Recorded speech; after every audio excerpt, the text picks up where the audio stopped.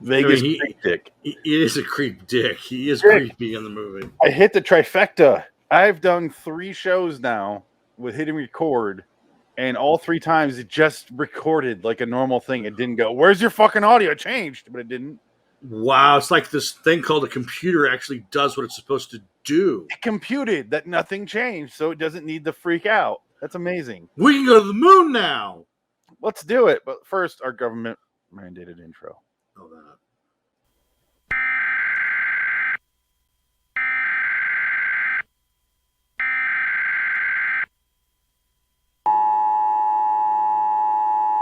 This is not a test.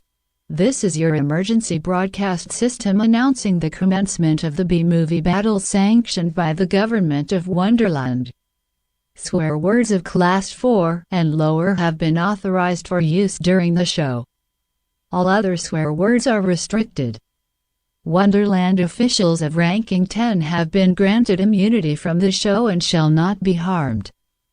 Commencing at the siren, any and all crime, including murder, will be legal for 1 continuous hour. Police, fire, and emergency medical services will be unavailable until the review concludes. Blessed be our Wonderland leaders in America, a nation reborn. B-movie battle is now in effect.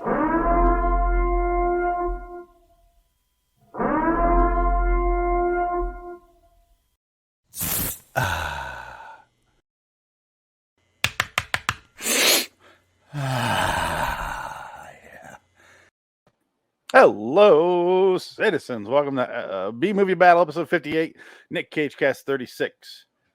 For our first live version of Versus. It's Honeymoon in Vegas versus Leaving Las Vegas. 92 versus 95.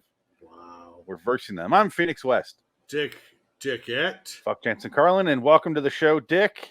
Well, Jansen did say that this movie depressed him beyond repair, so I think he had to take a few weeks off just to get his brain out of the gutter that dirty movie Leaving Las Vegas made him go through. I'm going to message him right now and just ask which one wins for him, and I'll reveal it at the end.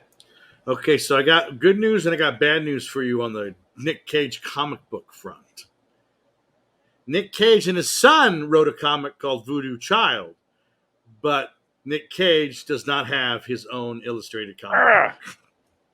If you're just confused as fuck, there's a good reason. It's because in the last episode, the last show on the live stream, but that's a different podcast entirely, LAW Anthology Series Review, Creep Show, Times is Tough and Musky Holler, I asked for a Nick Cage comic book. I want Ghost Rider with Nick Cage's face on there, and turns out no. But him and, what's his son's name? Weston Cage. They apparently have written a comic book? Apparently. From like a long time ago, too, because I think it's in 2007. Oh, Jansen. It's like $6. It's not going for anything. Oh, Jansen. Okay. Did he message you? Okay, on the Versus episodes, I don't really have a plan. This is my first time doing it with 2 people. I've done previously Joe versus Mandy. And I did Crudes versus Crudes 2. See, that's tricky because that's like 2 good movies versus 2 good movies.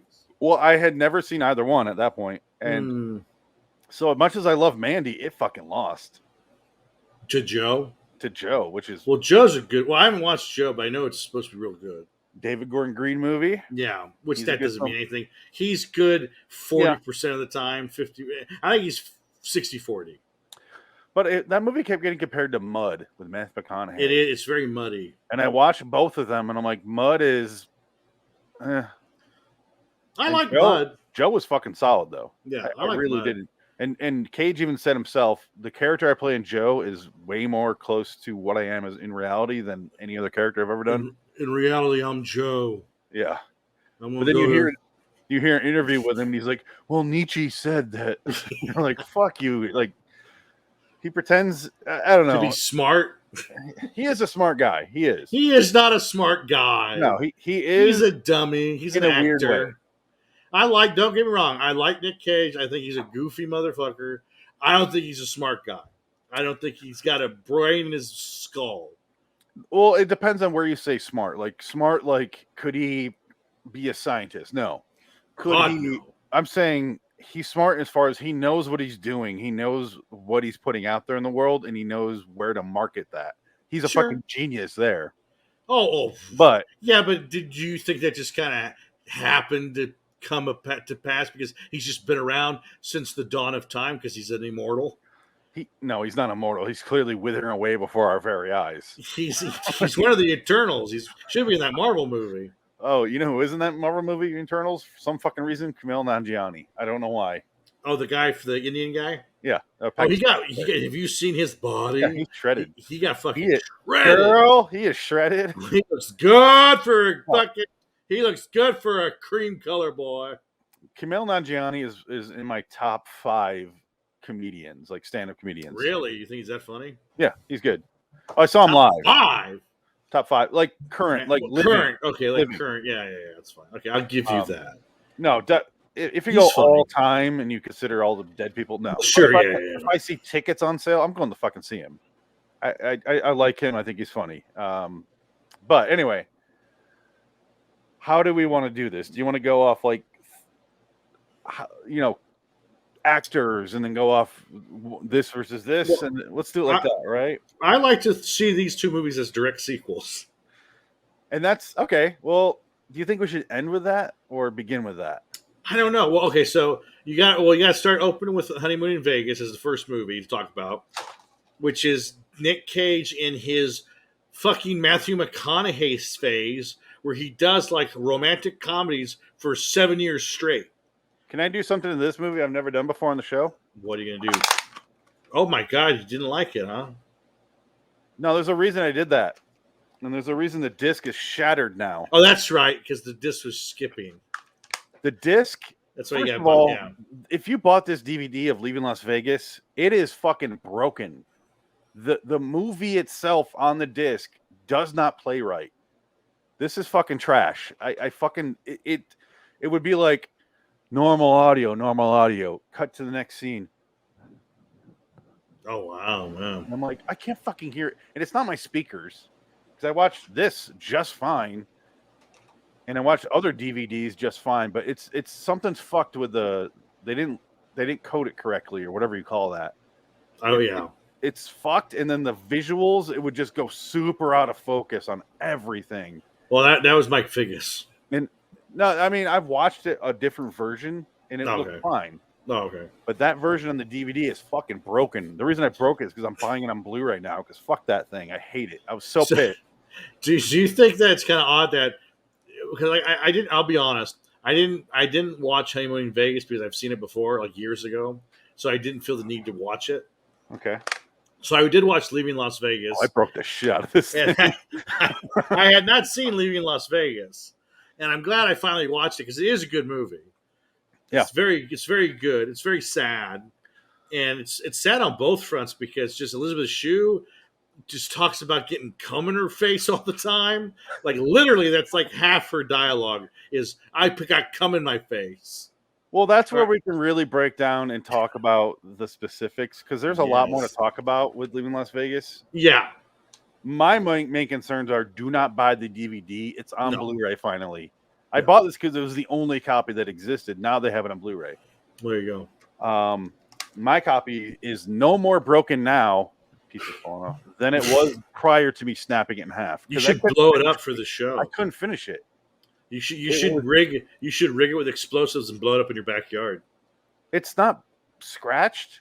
Nothing's wrong with it. You should blow it up and do a gender reveal party for your child, though we already know what it is. Yeah, that makes sense. We should have done that. You know what's funny is my baby was conceived in Vegas, so this is it makes a it lot really of sense was. Now. So I'm going to Vegas to kill myself. Okay, let's start with just like tone. Oh fuck yeah! Because part of the reason I wanted to put these two movies together is A, both have Vegas in the titles. B, completely different tone. They could not be more different. No. This is like a fun, yeah. Jimmy Caan and Sarah Jessica Parker doesn't equal I'm going to kill myself with booze and then cum in my face. No, all the pictures in the back are like whimsical. Happy, and like whimsy, fun. yeah. And this one has no pictures on the back. There's a picture of it's not a scene, it's the play scene selection, Yeah. and that's it, and that's it. And But- Honeymoon in Vegas shows you the happy family side of Vegas. Where Leaving Las Vegas shows you the real Las Vegas, where it's whores and drug addicts and Russian mafia with prostitutions and frat boy rapists. frat boy rape. I All didn't kinds realize of how towards the wonderful end of the stuff. movie that was, but holy shit. Oh God. Okay, so tone. One's whimsical. It's a wild romp through Vegas, and they go to Hawaii. And Elvis impersonators. Elvis impersonators galore. Korean, Chinese. There's a black Midgets. one. There's a midget. This is just a sad documentary of an alcoholic and a whore Well, and it's written by a man who killed himself. died, right killed after. himself before the movie came out. Like literally 3 days before the movie came out. Like how, and they almost were like, should we even make the movie now? Oh, no, 3 weeks before they shot it. That's what I think. He killed himself before they shot it. That's It was what a pre-production. And he goes, Yeah. I have to do it in his honor. But Yeah. then you watch and you know what the movie's about, and you go, I'm not that surprised. Like Hunter S. Thompson wasn't surprised when he found out he shot himself. Like, yeah. Well, he shot himself because NFL wasn't on. He loved football, so it was off season. He was off season. He was bored. He blew his brains out. He couldn't watch the Broncos game. And just... Nope. I'm not watching their fucking Broncos. Okay. And speaking of Vegas, Yeah. it also ties in. Fear and Loathing. So they made a new one. Did you know that? Fear and Loathing in Aspen. It's called. No, don't know. And let me pull up some screenshots for you. You gotta be kidding me. Is Look at this asshole? is this a National Lampoon version or something? Oh, it looks like it. It has a 5.4 on IMDb. Well, there you go.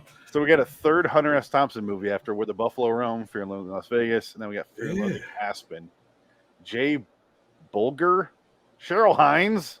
Yeah, I saw Bobby Kennedy. A film by Bobby Kennedy III. Robert Kennedy did this movie. The prequel to Hunter S. Thompson's Fear and Loathing in Las Vegas. Oh my God! Is that Parker Lewis? Can't lose. No, it's Jay Bulger. Are you sure? Let's watch the trailer, shall we? Oh my God! This is terrible. Shout! Oh no! When did this come? What? 2021? Oh my God! John Stockton Thompson.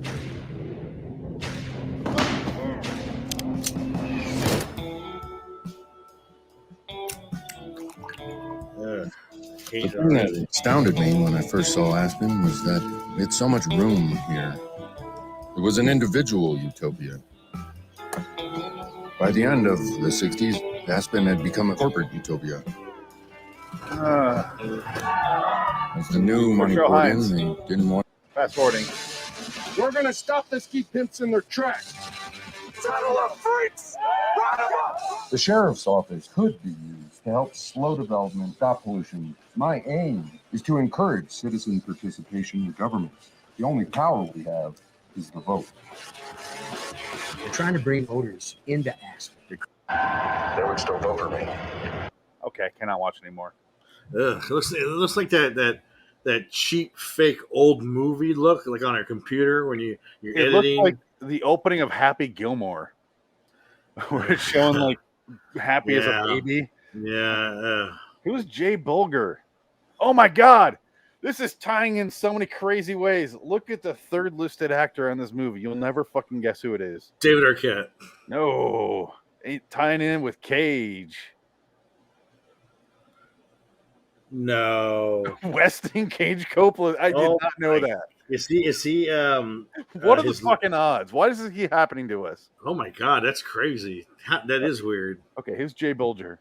He's in a bunch of movies I've never seen and never will. Wow. Oh, he directed 3 things. Okay, what's he an actor in? No.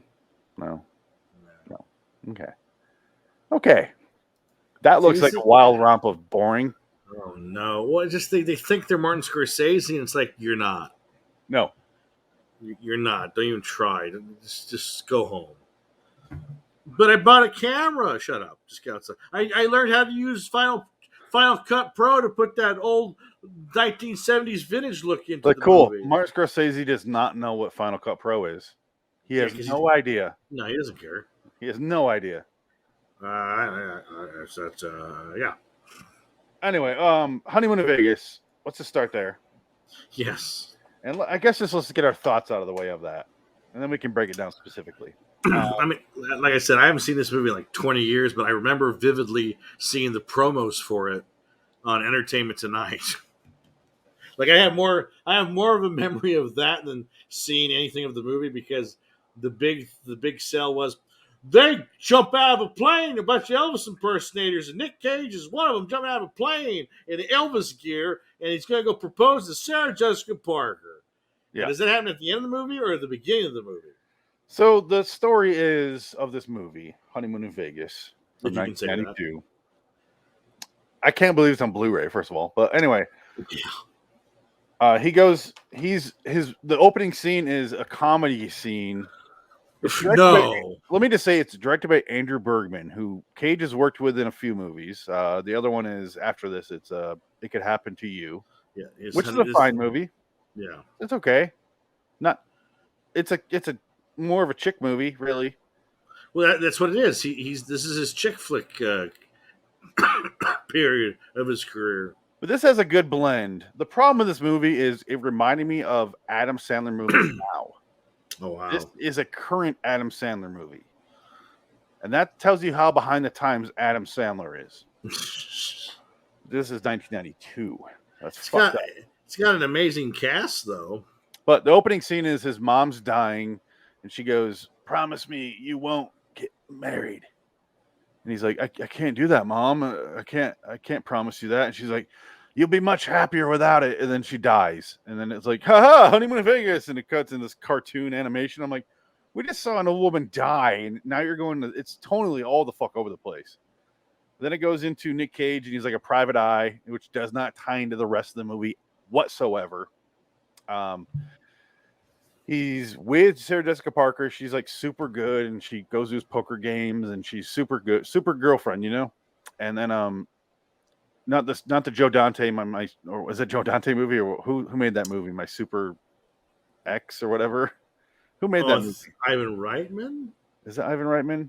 It might have been I'm thinking of the Joe Dante one where I buried my ex, or something dead girlfriend with Alexandria Daddario. Oh yeah. Yeah. Stopping in our tracks here. That's what I'm thinking about right now. Anyway, so no, Joe Dante.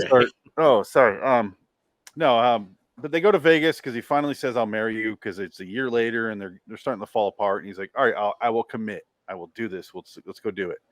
They go to Vegas. He's like, "Let's do it tonight. The sun's going down. We get all dressed up. We go and do it right."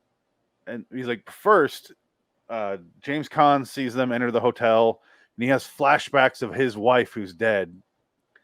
And it's exactly like her, Sarah Jessica Parker, of all fucking people. He's like, I gotta have this woman, and he slips an invite under their door for a poker night. Nick Cage is like convinces her to go to the poker night. He goes by himself. He goes in there, and then James Caan just rigs it so he loses $65,000. And he's like, and it's the plot of Indecent Proposal. I will forgive your debts. Not this part, but if you give me a weekend with your girlfriend, yada, yada, yada. And he's like, she's not going to be into that. I'll tell her, though. He tells her, she freaks out, but does it. They immediately go to Hawaii, and it's just him chasing them down the rest of the movie. And then he shows, at the very end, he shows up in the Elvis, they skydive. And he lands and gets his bride back. Well, yada, yada, yada, yada. Very simple, very obvious what's going to happen. You know what's going to happen, and you sit there and wait for it to happen. It's a chick flick. With that being said, we have Mr. Miyagi showing up for a couple scenes, which were fine. He's played a Japanese man and now a Hawaiian. There you go. And my girlfriend was there who speaks Hawaiian, and she's like, they're not saying Hawaiian words at all. I was like, I didn't think so, but I'm glad you're here to confirm that. Muy, muy, ow, bitch. But there was a funny scene where Nick Cage is on the phone trying to find them, and he's like, is that wow with 3 A's? Oh, or 2 A's, 3 A's. I was laughing because I did the same thing when I'm like, every street sign. I'm like, that looks the exact same to me. Yeah, that'd be awful. HAIEIEIO. Yeah. Oh, I can't tell a difference here. And then her sister would say a town. I'm like, that sounds exactly like the last thing you said. Everything sounds the same because there's only like 6 letters in the fucking alphabet. But right, but overall, it's okay.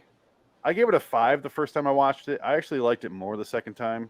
Oh wow! Because I wasn't sitting there going, "Oh, here we go." I was like, I know where this is going, and I'm more along for the ride. I'm not as impatient, and I appreciated it more. So I gave it a 6. Wow, I'd probably give it a 5 if I watched it again. I just didn't care. I didn't have any want nor need to be like, I gotta watch this movie. Jensen said after he voted for his, which I'll reveal later, he voted and he goes, I go, oh, Jensen. He goes, I'll die on this hill. You go, girl. You go down that hill, baby. I went out there on our break and I held my girlfriend's phone up and I took a picture of my nipple. Sure. It's like a really obscene photo. Like, but then up close, it just looks like a piece of pepperoni on a pizza. Oh, yeah. You don't know what it is. She sent it back to me. She's like, really? Anyway, I'd fuck me so hard. We did meet James Caan. That's true. I forgot about that. I did too. Halfway through the movie, I'm like, oh, that's fuck, I met him. Yeah. Yeah. Was it at the school? Because he came out of the door of He came out. We talked to him outside. He was super cool. It's a guy you expect to be a total asshole, but no, he went outside. Awesome. He didn't have to. He was off the clock. Yeah. He did his speech. He came out and he hung outside, smoked like 4 packs of cigarettes with everyone, and just was sitting there chit chatting. And I'm like, Godfather. I'm like, this is fucking James Caan. Like, and this is like right when Elf was coming out. You say Elf, I want to say The Way of the Gun. Well, The Way of the Gun already came out. Elf came out in 2003. Elf came out right during that. Right after Way of the Gun. Yeah. I did get to tell him I appreciate Way of the Gun. Oh, that's good. I didn't mention the fact that you could see his nipples, his erect nipples through the whole movie. Sure, yeah. His nipples are on full display in that movie. He's like the Cuomo's nipples when he was wearing that shirt. Something about old men and their nipples and sheer shirts. You can't wear them. But this is literally 20 years after Godfather. Yeah, it's crazy. And he's too old for her. He gets really pushy and tells her to marry him. And he's coming up with all these lies. Like, your husband, or, Nick Cage is the one that came up with this idea, only over 3,000. And it was his idea, and he put you up, and blah, blah, blah. He's like, I wanted money, and he tries to do all that.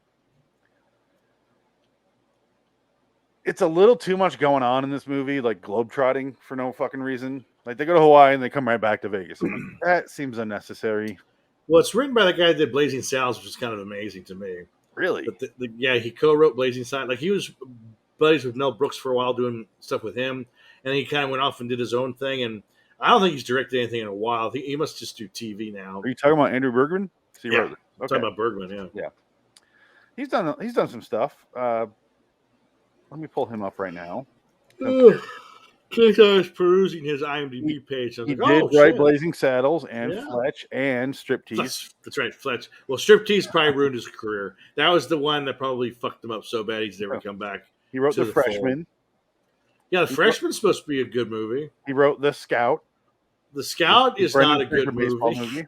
Nobody liked that movie. He directed Isn't She Great in 2000, the last thing he did. Oh.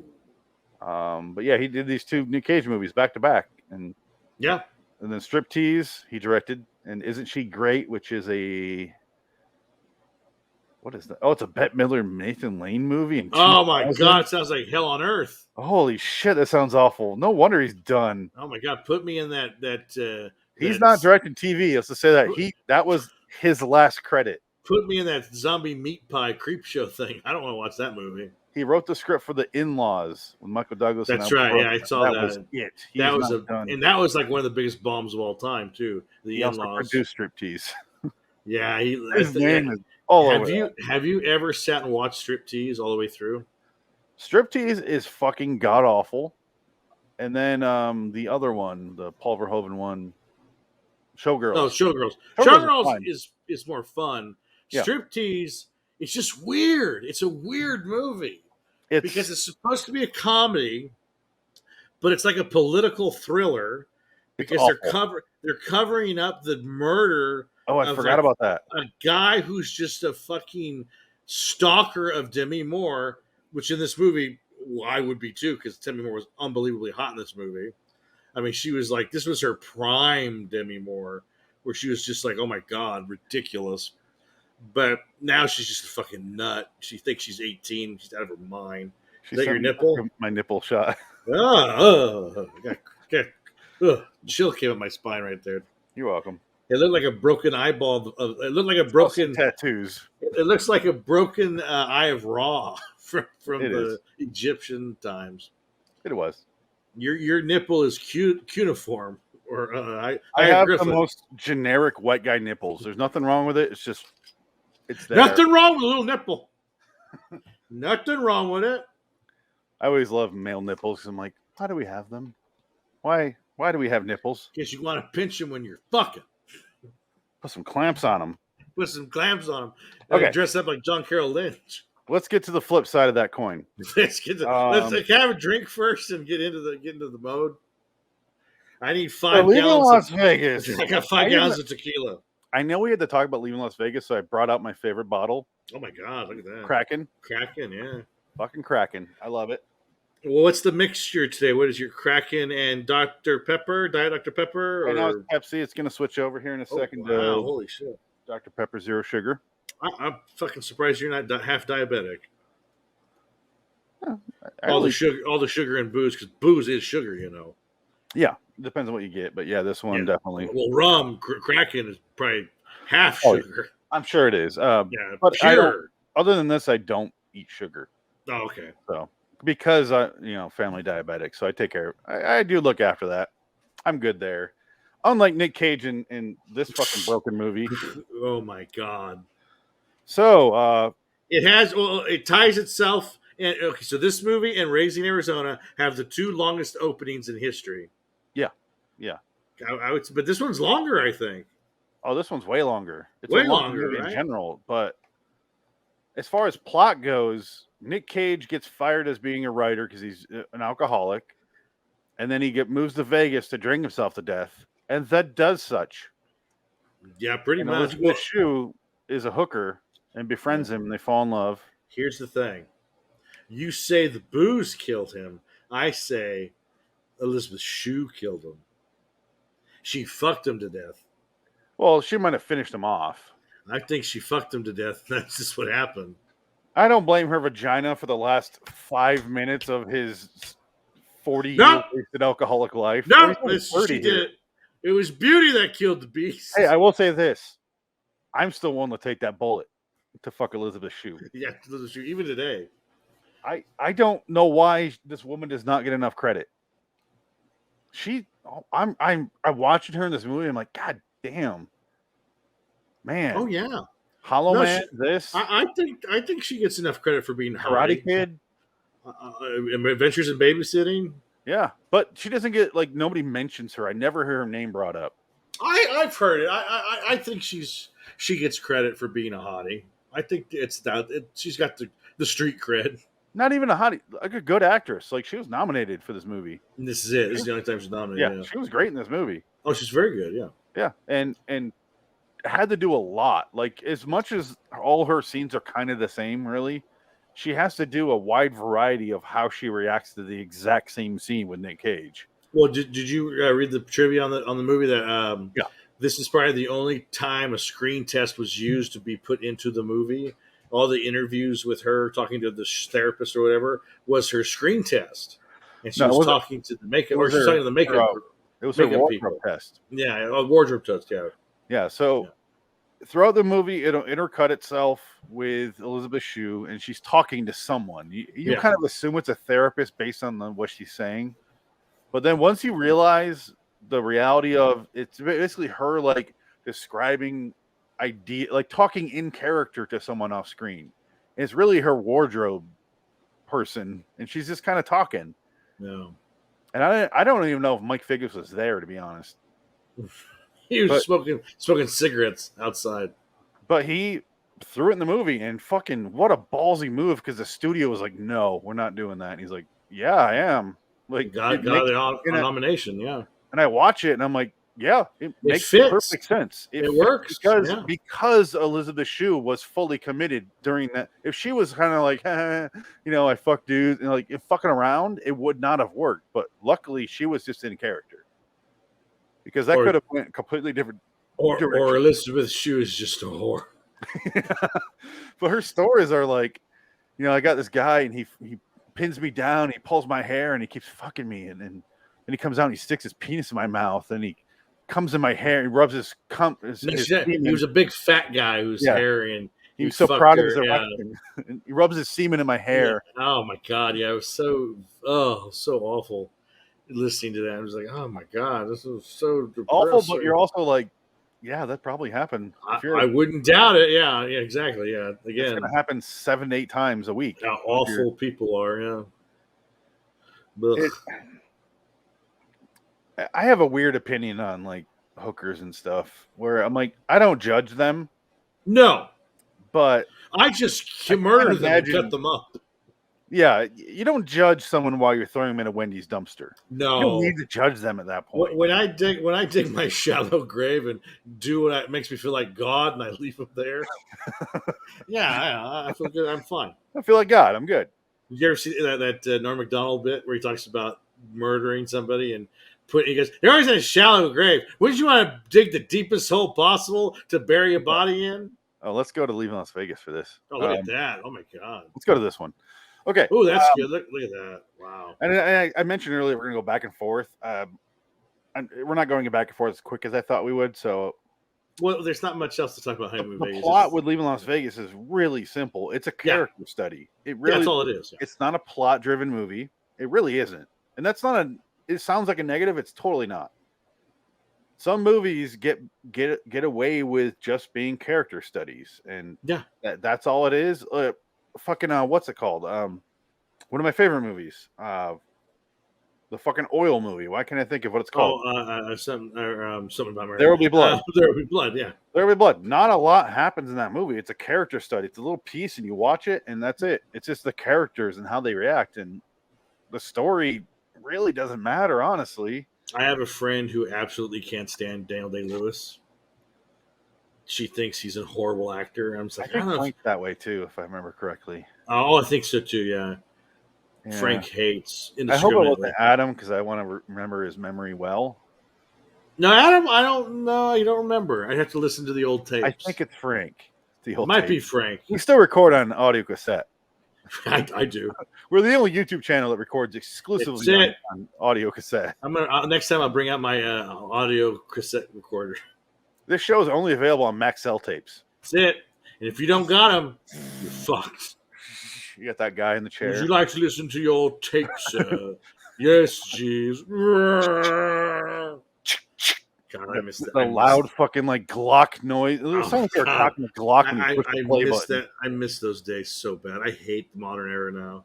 I miss how important music was to me back then, because I had to go like I remember putting it in a cassette and then like fast forwarding to when that last song ended and going okay, and waiting on the radio and go okay, push record, and I missed like the first 15 seconds of it. Or you catch it halfway through, go, oh shit! Yeah. Push record. And your tape had something else on it, so you're listening to the tape, and all of a sudden it goes, and a new song comes on. Or VHS tapes of MST3K, where like my parents' wedding, I'm like, nah, we'll record over that shit. Oh my god, fuck them. They don't even remember that. I remember. What was funny for film school? You had to send them like a film reel or something. I got my thing down. I guess my short film was on the back end or the front end of a DS9 episode that I taped. So it was that with the tape that went to the film school. So they got to watch a whole episode of DS9 too. So I said, yeah, I directed that. That's my work. You're welcome. Thank you, Gene Roddenberry. What I did for that was all writing, because I had Yeah. already written a ton of shit by then. So I'm like, You know, they didn't read or watch anything. No. They waited for the check to clear, and then they were like, okay, he comes to come in. Well, I even realized that in the moment. I go, they don't need a video. No. All they want is my money. Yep. Here's my writing. Yep. And I was like, here you go. And they're like, 25 minutes later, you got accepted. I was like, yeah, I know. I knew, immediately, yeah. Yeah. But Leaving Las Vegas is it's a filmmaker's movie more than anything. Filmmaker and actor. And that's really about it. It's an actor's piece, yeah. Well, it's an actor's piece, but it wouldn't work if you didn't have if literally anyone but Mike Figgis directed this. I don't know if it would work as well as it did. I'm not even complimenting Mike Figgis on this. I'm just saying he knew what he wanted to make and why he wanted to make it. And it lightning in a bottle here, and he made this movie and got an Oscar and a nomination for another one, which is honestly more than you can ever hope for. So kudos to him. And he's an actor turned director, and he's in this movie as a weird fucking mobster who stares at Nick Cage when he's pumping gas in his car. But okay, so let's back up and go supporting cast. Let's not go with Nick Cage yet. Supporting cast in this is Sarah Jessica Parker and James Caan, who got top billing over Cage. Well, obviously, yes. In this, you have Elizabeth Shue, and that's it. Yeah. Well, there's not. You got Julian Sands in there as a Russian, but he's in it for like maybe 15 minutes. And if you watch the credits in the movie, it's like Nick Cage, Elizabeth Shue, Julian Sands, and then down below is all the rest of the people. Yeah. It's like Julian Sands got like third billing, but the movie's got like Richard Lewis, Steven Weber. That's right. I forgot about that. Yeah. French Stewart shows up for no fucking reason. Mike Figgis isn't, like we said. Yeah. What's his fucking name? The actor Xander Berkeley is in there as a cab driver. What's his fucking name from Roseanne is in here. That's right. Metcalf. Laurie Metcalf is in here. Laurie Metcalf. That's right. Yeah. We got. We're gonna have to kick you out. I'm sorry. You have a week to leave. Yeah, she has a couple scenes, but she plays them up. Just the Steppenwolf Theater had to make an appearance in the movie. Yeah. Thomas Capacci is in here. He's an older actor. I know him mostly from Last Week Tonight with John Oliver. He plays the catheter cowboy. Oh wow! Okay. To Donald Trump. Wow. Oh man, he's great in that. Lucinda Jenny's in this. There's a ton of fucking like smaller actors or bigger actors that that just show up in little scenes. Danny. Arlie Emery. Arlie Emery shows up, and then also Danny Houston shows up as a bartender. That's right, Danny. A flock of seagulls' hair. Though this was at this point, I wouldn't say Danny Houston was an actor. No, but you know who he is now. So but you know who he is now. But yeah. There's a lot of those characters in this movie that show up, and like just during Wings. So Steven Weber shows up. That was a big get. Maybe Mike Figgis did some Wings episodes. I don't know. But it was funny because the introductory scene before the credits, for the opening credits, where Richard Lewis and Steven Weber are at a dinner with like two young actresses, like two booby girls, like, and they're sitting there trying to impress them. And then Cage walks up and he's like, "Hey guys," and they're like, "Oh," immediately like, "Oh fuck, here he is," and he starts begging for money from Richard Lewis. Yeah. And then he goes and they show him at work and he gets fired and he's hopping around at the store, like putting liquor in the cart, which was supposed to happen later in Vegas, but they thought it was funny and amplified the character, so they put it in early. Yeah. But I will say this. Nick Cage's performance in this movie got him an Oscar, and I think it was deserved. Especially, can you imagine this year, especially? 95 is my favorite year for movies. So many of my favorite movies came out in 95. Even like guilty pleasure movies, but he beat Mel Gibson in Braveheart and shit like that. Brad Pitt or Morgan Freeman, whoever you want to nominate, in Seven. Well, yeah.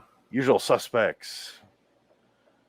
Just a bunch of people he beat out, and I actually think it was deserved because I've never seen, anytime you see someone play an alcoholic, it's always played up for comedic value, and he doesn't do that.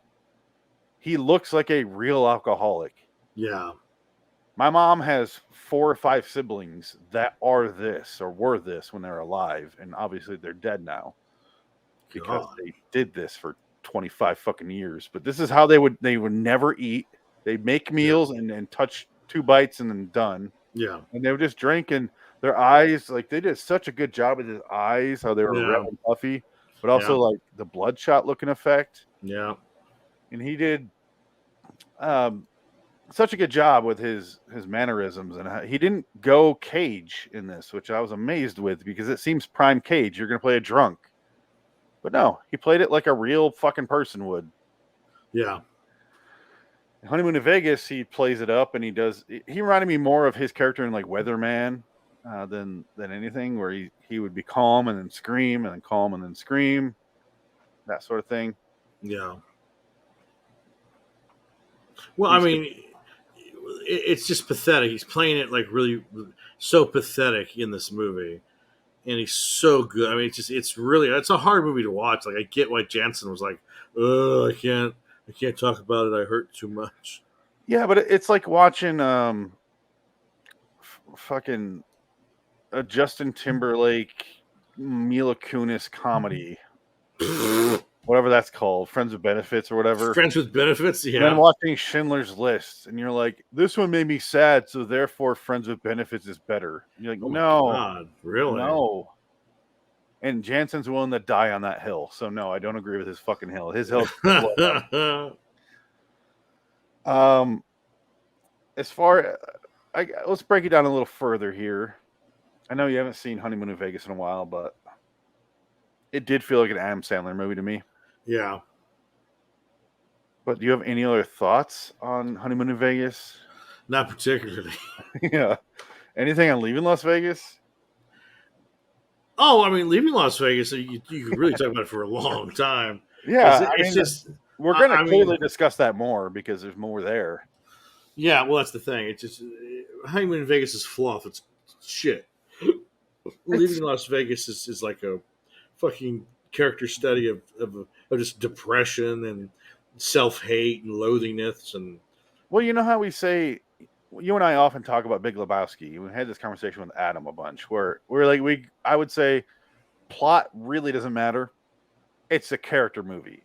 But that's a comedic version. This is the serious version where the plot, honestly, there's no plot. There's no goal they're working toward at all. It's literally there's a goal. He's working toward killing himself. But that's not a goal you want to watch. Like, yeah, you're not rooting. He did it, and he did it. He did it. He succeeded. Yeah.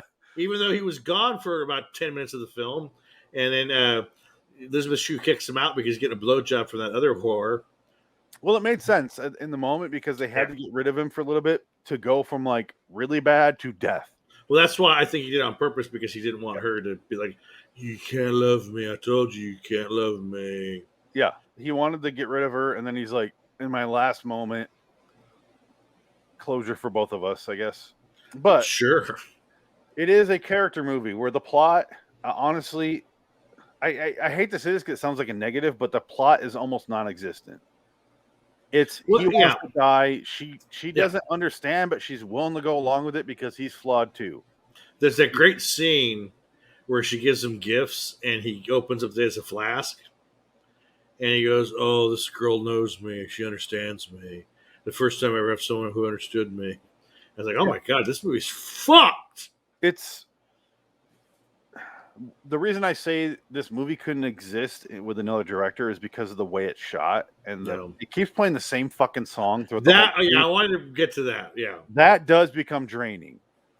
I will admit to that, but they put it's a 2-hour movie, and they put it in just enough where it wasn't driving me crazy. It almost drove me crazy. It started to toward the end. I'm like, oh, just finish the fucking song. Like, go make me happy. Yeah. But they would cut to like shots of Vegas and like fading, like the camera starts doing this, and it cut to Cage and he's doing something crazy. But it was all like montagey sort of feel. Yeah. Which works because it's supposed to take. He mentions when he moves. He arrives in Vegas. He meets her. He almost hits her with a car, and she stops him, and a little quirky moment, and they meet cute.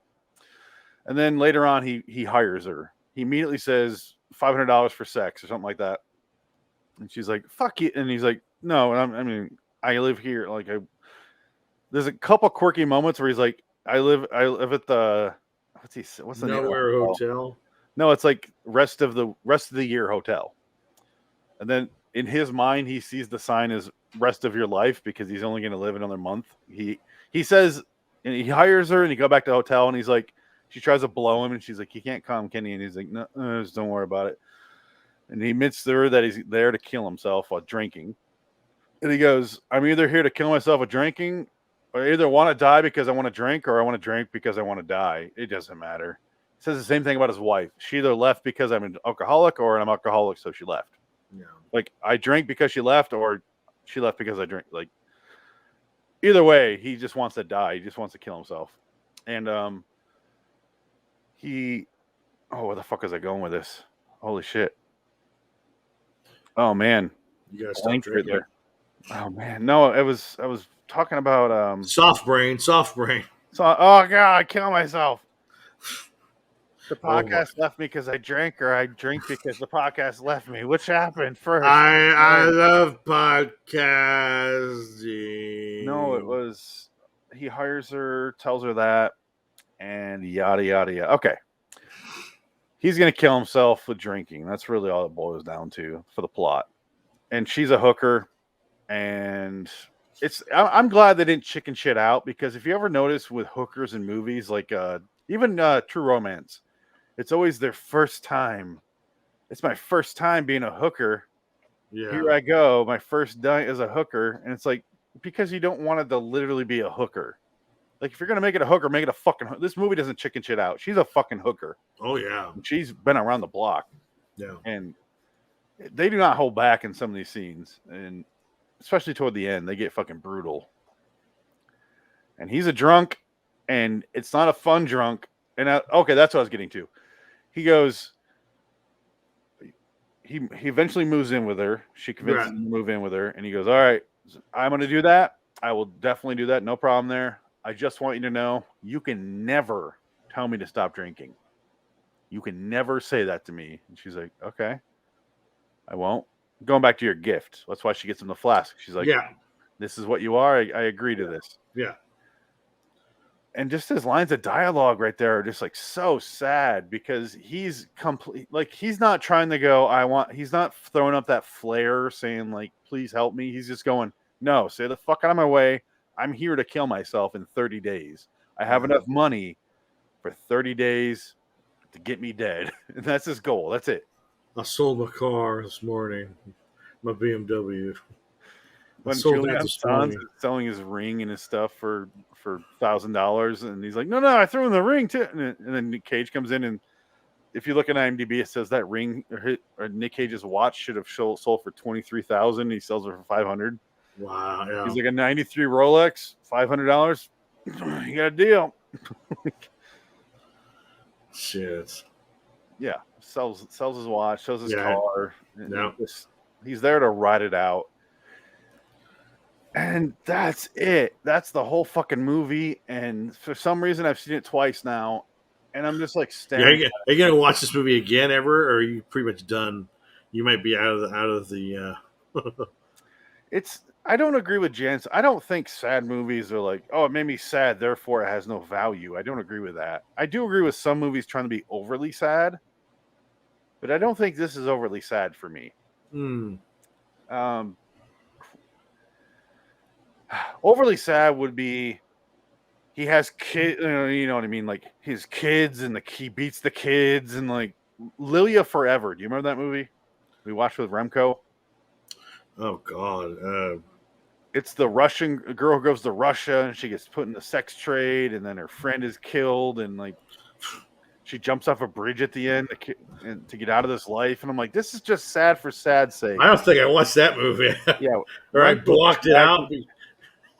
He dragged me to the theater, and we watched that. Oh, yeah, I didn't watch that in the theater. This movie. I don't remember that, yeah. It was just like everything has to be sad all the time. And it was like that movie bothered me because it was like, That must have been when I was back home for vacation or something. I don't know, but that Because you movie- guys couldn't leave. Remco couldn't really go back home, so he yeah, just stayed in LA and went to really horribly sad movies, apparently. apparently it was it's like a Swedish movie that was shot Of course. in Russia.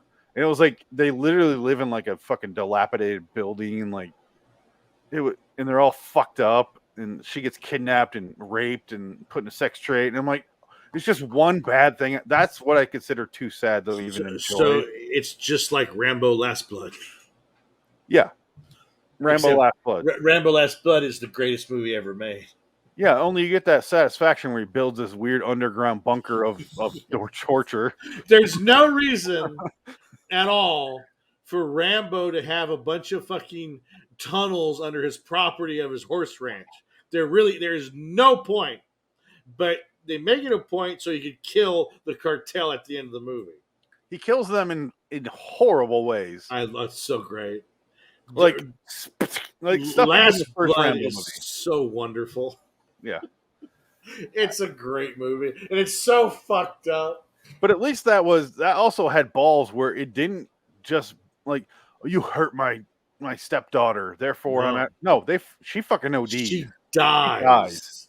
After being repeatedly pumped with heroin and rape. And he has to drive her back from Mexico all the way back to Texas, where the fuck they are.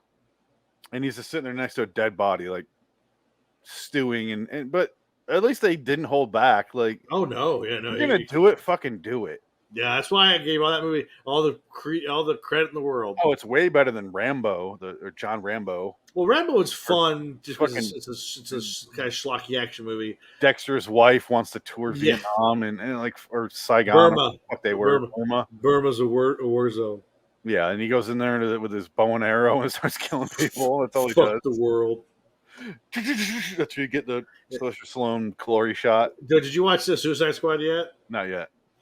There's a scene that reminds me of the John Rambo movies where he's shooting everybody in the village because they go to rescue. They're supposed to rescue Flag, and they kill everybody in the camp. It ends up being a good guy camp because he didn't tell them. They just told him that he was being captured and tortured, but he wasn't. He was just having tea, and they kill everybody. Okay. It's so funny. But there's a scene where Idris Elba shoots somebody in the head, but it's full frontal male nudity. He goes, oh! He shoots him in the head, kills him. So John Cena and Idris Elba are killing everybody in the camp, showing off how good killers they are. And they finally get to the last cabin, and it's Rick Flag who they got to rescue, laughing with the captors. You say Ric Flair? Ric Flair. Woo! He's there. I'm getting so much pussy. And then he goes, wait a minute, what'd you guys just do? Did you murder all my friends? They go, they're all like, it's pretty fucking funny. And then King Shark, who is voiced by Sylvester Stallone, burps up a foot, or burps up like I forget if it's a metal or it's a foot. I can't remember which one it was. Part of the reason I didn't laugh as much during the Deadpool scene, or Deadpool 2, where they're all parachuting and getting killed, is because they reminded me of the MacGruber scene where he's like, they take their time and they pick the person out and they go and get him. And they do the whole like Ocean's 11 montage. Yeah. They get him in the van. And they're like, and it blows up. And he's like, oh yeah. MacGruber loses his shit. Well, that joke's been done. So I watched that and I was like, MacGruber did it first during MacGruber, and then Deadpool 2 came out and one guy dies. I go, oh, it's just gonna be this. And then the funny bit is that it's Brad Pitt, and I was like, oh, Brad Pitt showed up for 3 seconds. Yeah. And I'm like, oh, it's still a good bit, but I'm like, I already got this on MacGruber. Yeah. But nobody saw MacGruber. Exactly. Yeah. So you can get away with it. Gets all the credit. They think Ryan Reynolds is a genius for ripping off MacGruber. Yeah. And I'm like, MacGruber did it way funnier because his reaction after it blows up is like snot on it. Like, oh God, what did I do? I'm such a fuck up. Yeah, I didn't care. Deadpool 2 was okay. Some of it was fun. I didn't care. I think the first one was much better. I like the last few minutes of it the most. The part where it's dramatic and he goes by and he realizes and he fixes it and saves Ryan Reynolds instead. Yeah, Like, I thought that had more heart than anything Right. previously.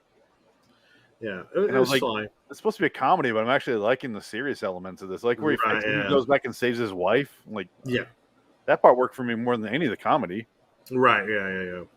Deadpool 1's fun. I like Deadpool 1. I like Deadpool 1 better. Yeah. Oh, definitely. But You can't go wrong with Brolin. no, Brolin's pretty The awesome. man can do anything. And he's coming back. I guess he's going to do Deadpool 3, and he's going to be Cable again.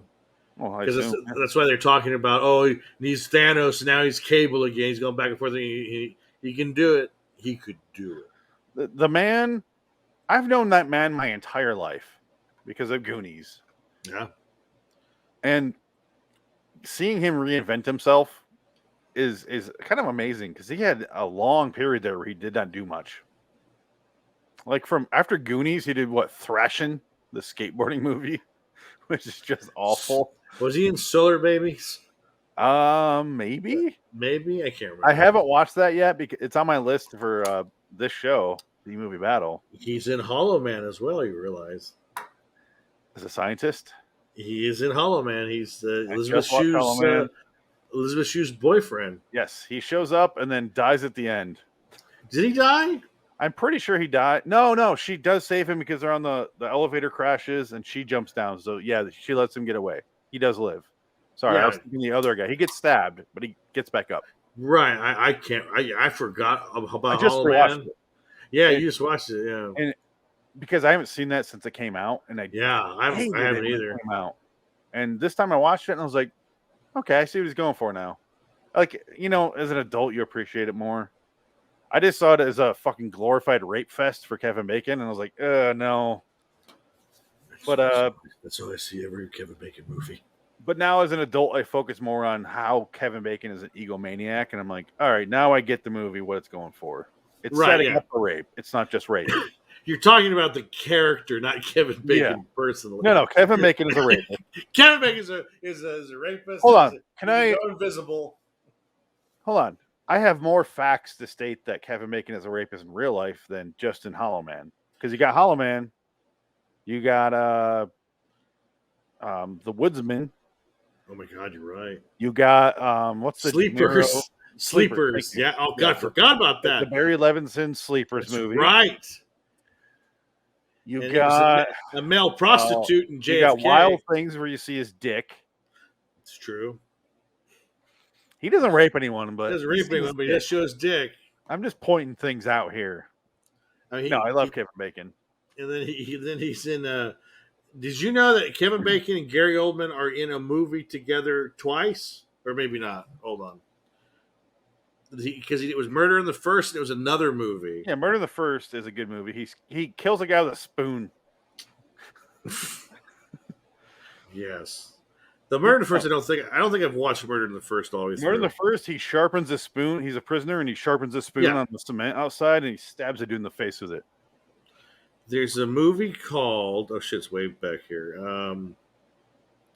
Gary Oldman did it, like in the early 90s. It's it actually might have been the 80s. Yeah, Criminal Law. Criminal Law. Criminal Law is up. Gary Oldman and Kevin Bacon is a murderer, and so Kevin Bacon is toying with Gary Oldman in this movie because Gary Oldman's a lawyer. Yeah, 88. And also has Tess Harper. And Joe Don Baker. Joe Don fucking Mitchell. Oh no. Oh my Mitchell.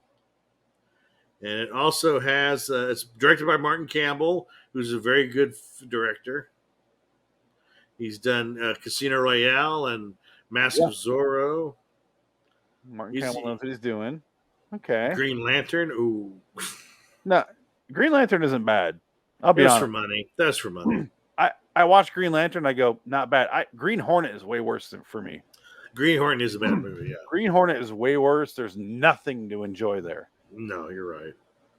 Green Hornet was so fucking... I stopped 3/4 of the way through. I never do that. And I go, I just can't. Green Lantern, I'm like, oh, this is bad. And I enjoyed the schlock. I don't understand how The Mask of Zorro has a 6.8 rating. It's way better than that. I don't like Zorro, so I agree with that. But Well, because you don't like Mexicans. hate him. I'm giving it a 9 to put that score up. There's an actor in this movie that's literally named Rob Roy. Rob Roy. Is he? What the fuck? Why can't I blanking on his name? I'm gonna find you. I'm gonna kill you. He was Rob Roy. Liam Neeson. 94. Yeah, Liam Neeson was Rob Roy in '94, right? that's true. Yeah, he was Rob Roy in '94. All right. That's a movie with rape in it. Speaking of rape, Well, every hour.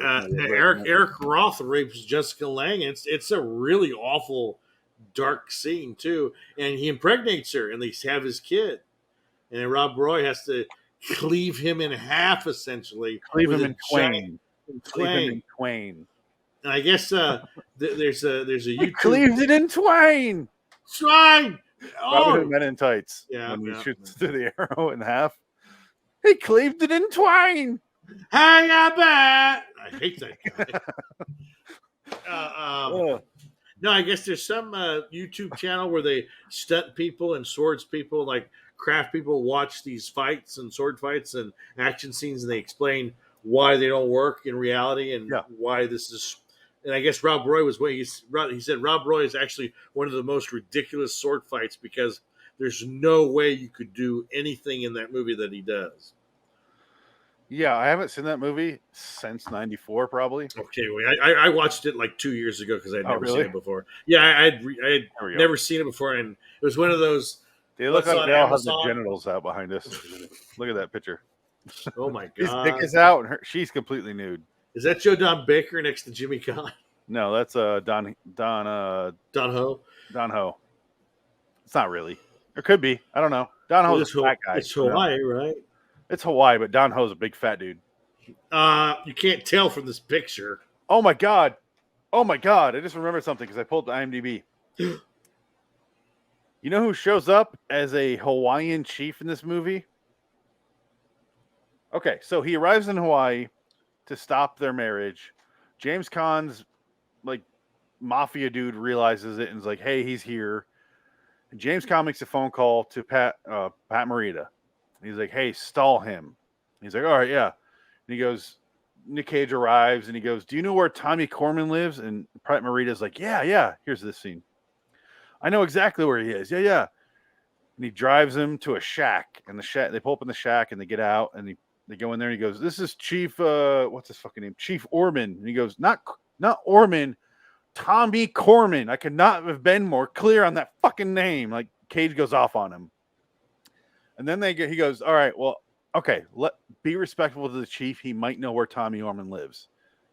And then the door opens. And it was like Club Dread, where Bill Paxton comes out as the fake Jimmy Buffett, because it's Peter Boyle as a Hawaiian chief. And he comes out and he's speaking fake Hawaiian. And he's like, "Oh, hey." And he's all hippied out. And let me pull up a picture because it is fucking insane. So that's the best part of Honeymoon in Vegas. Honeymoon in Vegas. He plays a chief.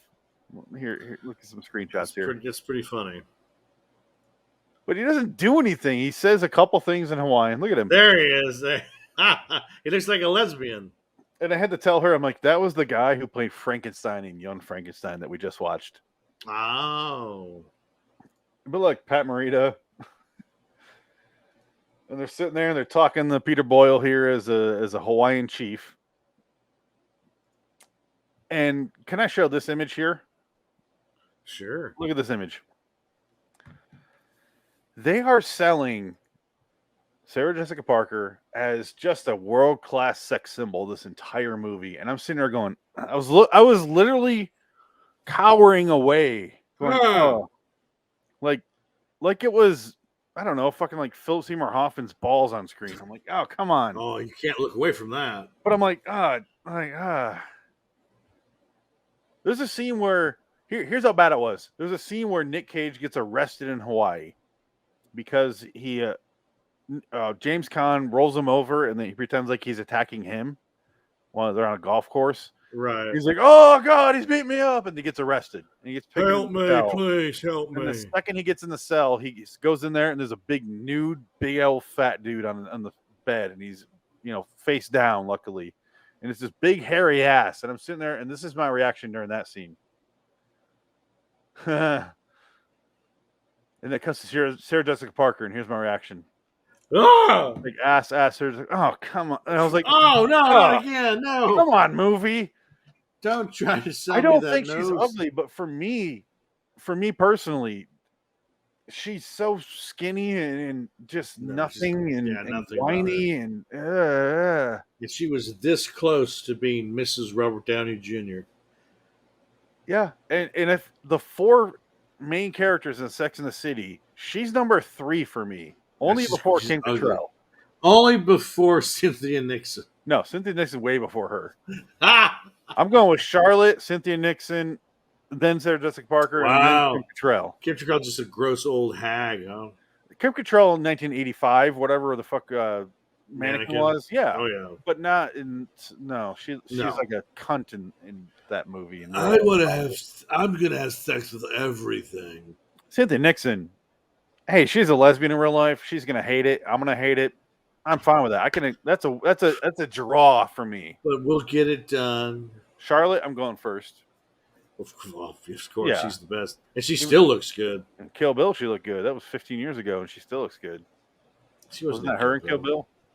No. Either way, she looks exactly like that one girl that she chops off her arm and kicks her down the hill. As Julie Dreyfus. Okay, looks just fucking like her. Yeah. Julie Dreyfus is in that movie? Julie Dreyfus has way bigger boobs, though, than Kristen Thompson. Whoever that fucking girl is, I don't care. But whatever her name is. Taking her first. I'll take Mr. Big first over all those women, though. So I'll take Joe Don Baker. Thank you. I feel like Joe Don Baker would appreciate it more, and I can make so many Mitchell jokes when he's inside me. Oh, my Mitchell. Oh, my Mitchell. You done back there? You done, Martin Balls me? Martin Balls me? I feel like he's got like a real, this big, like. Oh, no, he's got a fucking monster. You know he does. Joe Don Baker? Oh, absolutely. Joe Don Can Baker? You don't fuck with him. Or fuck him. You don't. Because you're not coming back from that. It's not they call him Butt Plug Baker for a reason. They call me Butt Plug Baker. That's right. He clogs that shit. I was in 2 separate Bond franchises. He's in the James Bond. Yeah. He's in the Pierce Brosnan Bond movies, and he's in the Timothy. What's his name?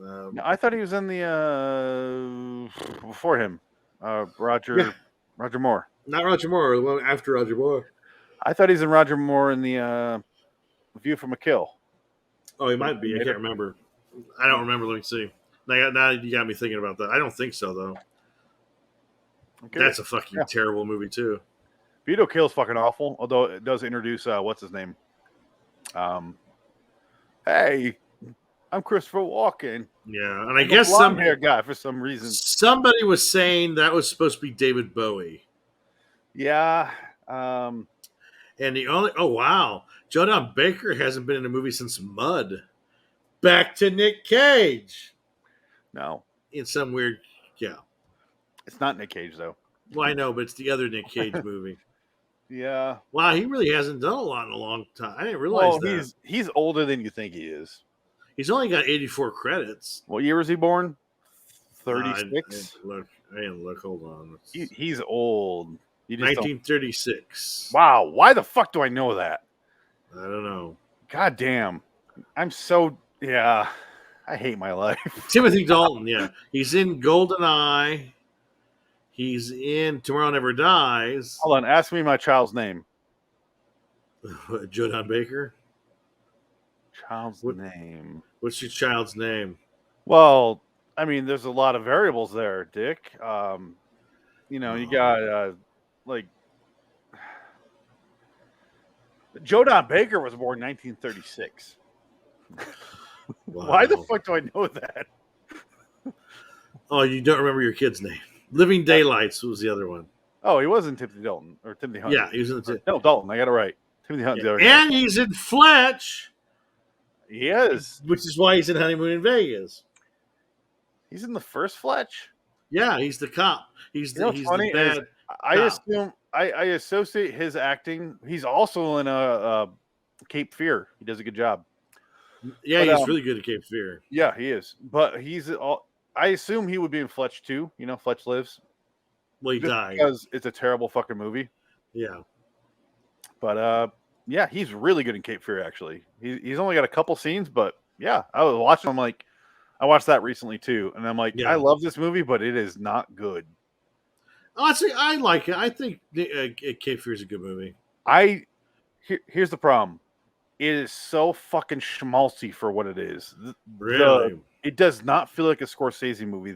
The filming, the way he shot that last 25-30 minutes there when they're on the boat, Yeah. is so bad. Take off your clothes. I'm watching it. I'm like, I love this movie, but like watching it for the first time in 15 years, probably, I'm like, oh, this is bad. He's like, Yes. he's sinking down, you know. Oh, I'm like, he's speaking in tongues and he's Yeah. going down. He goes, like the Simpsons episode about this is better. right. Yeah. Like, I remember when the family trip we went to the Big Red Boat, which was the Disneyland Caribbean cruise. So we went to Bahamas, went to Disney World. It was back in 1993. The movies that were playing on the boat, because they had a movie theater on the boat, like an actual theater. Cape Fear, Addams Family, and I think King Ralph was the other one. so the first two movies are 3 and 1 year old. Adam's Family is brand new that year. Well, that's what I mean. All of them were. Even King Ralph, I think, came out that year. King Ralph was 92, I think. I think. Well, there was like 92. It was because isn't Cape Fear 92 or 91? No, Cape Fear is 90. No, Cape Fear's at 90. Cape Fear is 90. I guarantee it. Hold on, let me. I 100%. First one's 62. The remake is 90. Cape Fear's 1991. Cape Fear? Yeah, 1991. Yep. Oh, Casino. No, Goodfellas is 90. Goodfellas is 90. Yeah. So when Cape I say Fear's 91. Let's see what was the release date for Cape Fear? November 15th, 1991. Yes. Okay, so still 2 years Wow. old. Made a lot of money. Good. It was a big hit for Scorsese, honestly. No, I gave it an 8. It's an 8 movie. Yeah. But the last 25 minutes, I think, is just like experimental weirdness. It's so weird the way it's shot. I'm like, this does not feel like Scorsese, who's in complete control of the rest of his movies. Well, I think it's more or less he's doing his homage to that style of film. Yeah, but watch it again, just the last little bit, and I'm like, oh no, like it falls apart a little bit for me toward the end. Well, I love the first like 10 minutes of the movie because it's when he's in the theater going, ha ha ha, Yeah, smoking a No, cigar. there was some great stuff. I love that movie. I really do. Yeah. Like the original movie is solid, but the remake is great. And You gonna learn about? I gave you it gonna an learn 8. about Lost. Oh yeah, it's a great movie. It's got a 7.3 on IMDb with 183 viewers. Good score, but I like it more than they do apparently. But Well, the score is the same score from the original Cape Fear. Yeah. It's just And just copied directly. It's and that's Bernard why Herrmann. the movie Shutter Island, I'm sitting there and listening to the music, and I'm like, this is Cape Fear. And it's working because it's Scorsese again, and he's just doing the same thing, and fucking kudos to him. I love Cape Fear. Or Shutter Island. Right. I even got a poster right out in the hallway. Oh my god, of Shutter Fear. Shutter Fear. Shutter Island, I like more than Cape Fear. I love that movie. I love Shutter Island. Wow. Yeah, it's interesting. Well, Elias Koteas, you got Max von Sydow, you got John Carroll Lynch. John Carroll Lynch. There you go. Right. What more do I need to say? It's Mark got everything. Ruffalo. Michelle Williams, DiCaprio is also there, I hear. Yeah. Yeah, he's in it, yeah. No, you got Ben Kingsley.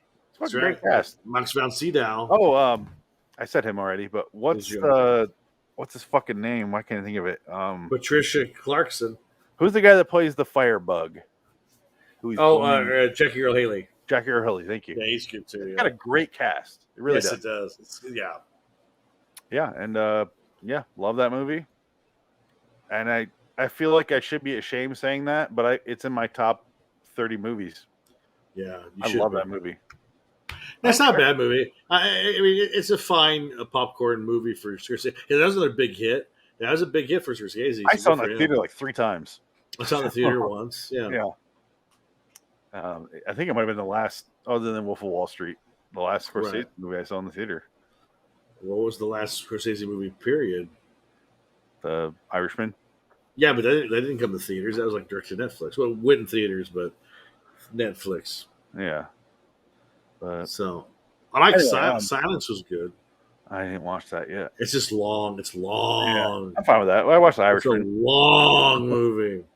Silence is long. Yeah, and the plot of it, I'm like, the plot of the Irishman, I'm like, I know I'll like this, so I watched it. Well, Science is Irishman, I'm like, Catholic priests and Science is about faith and about in 1600s. Yeah, it's maybe I'll watch that eventually. You talk about depressing movie. That's a fucking depressing movie too.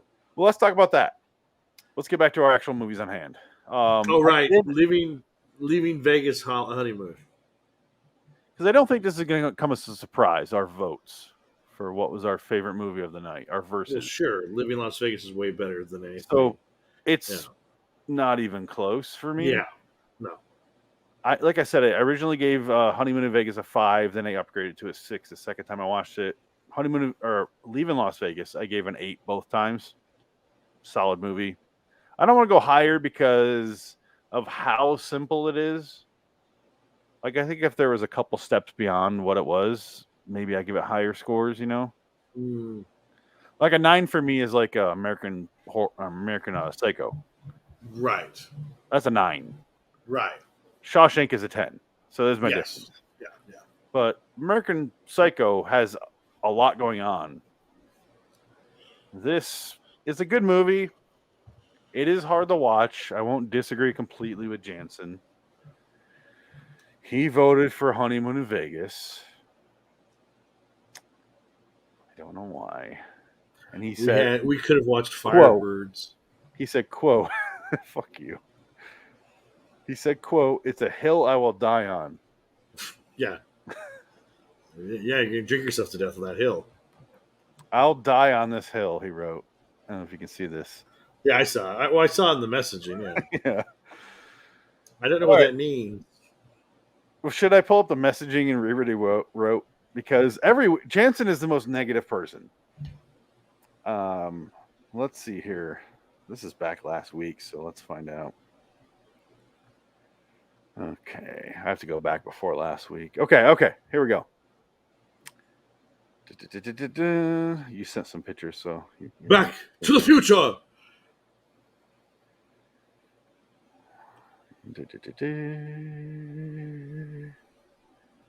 I'm just so upset. Where the fuck is this? I'm so upset that my Batman Return set is -2 cards off. Right? In the 60s, too. Like how many are there? There's 88 cards, and the most cards out of all, 70s had multiple copies. In the 60s, barely any. And the first 10, I found maybe 2 doubles of that. It's like they only printed up 70s. Weird. Okay. Jansen said, I'm having a hard time getting through Leaving Las Vegas. And you wrote, making you thirsty. You said, making me suicidal. And you wrote, oh, Nick Cage is just too good. And this is because I had to cancel last week because I got the fucking plague. Right. I said, well, save your sadness for next week. And Jansen said, here's my weekly. Welp, never getting back that hour and a half. Right. Said, but it's art. And he said, but art doesn't deserve to be seen. Well, he's not wrong. Yeah, he is. Depending on the art. You're right. If it's like Tree of Life, I will never watch that fucking movie. I will never ever see it. I hate that movie and I've never seen it. I think somebody said they were on the set with Terrence Malick and Sean Penn tried to ask what the movie was about, and Malick just didn't tell him anything. And then Sean Penn was just like, he's so full of shit. Like, he was pissed that he was in the movie because he was like, why am I even doing this? This doesn't make any sense. This whole movie's bullshit. And then he smoked 5 cartons of cigarettes and forgot about it. And then he saved the people of Tahiti. If you listen to Mark Maron's podcast, WTF, he said, he goes, people do smoke during my podcast. However, Sean Penn's the only guest that's ever smoked a pack of cigarettes during my hour. That's insane. He smoked a pack of cigarettes during an hour interview. And he goes, when I opened the garage door, he was smoking. Like, I'm amazed he's still alive. Like, dude, he's 60. How is he smoking that much? Yeah, he's got to be close to 60, if not 60. I would say, yeah, he's closer to 60. Yeah. I guess when he interviewed him, he's probably 55 and smoking a pack an hour. That's how? Yeah, maybe some people can do that. It's just he'll die of something else. He won't die of lung cancer, but he'll die of something else. He's just one of those people that can just get away with that. You remember the stories that came out that said he tied Madonna to a chair for like 2 days? I believe it. What happened on Shanghai Express, or that awful movie that they did together? He was beaten. Hey, if you were in a movie called Shanghai Surprise with Madonna, I'd probably tie her to a chair and beat her too. This is real life, not a movie. Oh, they don't have. They're not in real life. They're movie stars. They don't have reality. Sure. All right. About that one time, Sean Penn tied Madonna to a chair and tormented her for hours. Oops. As part of Sean Penn's ongoing defamation suit against Lee Daniels, Madonna has categorically denied that Penn ever struck with a baseball bat, as per a 1987 tabloid report, or that there was ever an incident in 1989 where it resulted in Sean Penn's arrest for domestic assault and battery. Okay, she's saying it was incorrect. Okay, good to know. I'm not a tabloid person. I'm not a People magazine bullshit. That's what I heard, so I assumed it was right. But criminal law looks interesting. The movie? His name, yeah, that movie you brought up. His name, Kevin Bacon's name in that movie, is so close to Martin Thief. It's Martin Thiel. Yeah, it's not a very good movie. Instead of an F. I didn't finish it. I watched like the first 5.7 half of it, and I was just like, I'm kind of bored. But I just thought it was odd that they were in a movie together so long ago, Kevin Bacon and Gary Oldman, and then they started together in Murder in the First years later. Murder in the First is like okay. It's a Christian Slater movie more than anything. But it's okay. Speaking of Murder in the First. Well, this was 6 years before that, if I'm not mistaken. That's 94, I believe. This is 88, and it's two actors in my top 20. Kevin Bacon, Gary Oldman. Oh, yeah. So I still don't want to watch it. It looks fucking awful. Look at Kevin Bacon in this. Oh, look at Gary Oldman. Oh, no. They both look awful. It is 80s. They have mullets. Yeah, it's not a good movie. Ugh. Because he gets them off for murder, and it ends up being that he is a murderer. So it's basically it's Lincoln Lawyer. It's basically why does Gary Oldman look like Timothy Hutton here? I know, he still his career. It's crazy. Okay, here's color. Yeah. Look at that. He looks like the lunatic. There's a couple movies that remind me of each other. This apparently Primal Fear, which is Richard Gere and Edward Norton. Yeah. And then you got the Christopher Reeve movie where he plays a paraplegic who's pretending to be paraplegic before he became a real life paraplegic. And Joe Mantegna stabs him in the leg with a pen after the trial, and he's like, cold cocks him. Yeah. Pretends. What was that called? Guilty. Oh, I cannot remember it. Guilty by suspicion. Like some. Was bullshit. it a TV movie? It was like some fucking bullshit. Made for cable, like an HBO movie or something like that? Let me look up Christopher Reeves. That's probably the quickest way to get there. Probably. Reeves.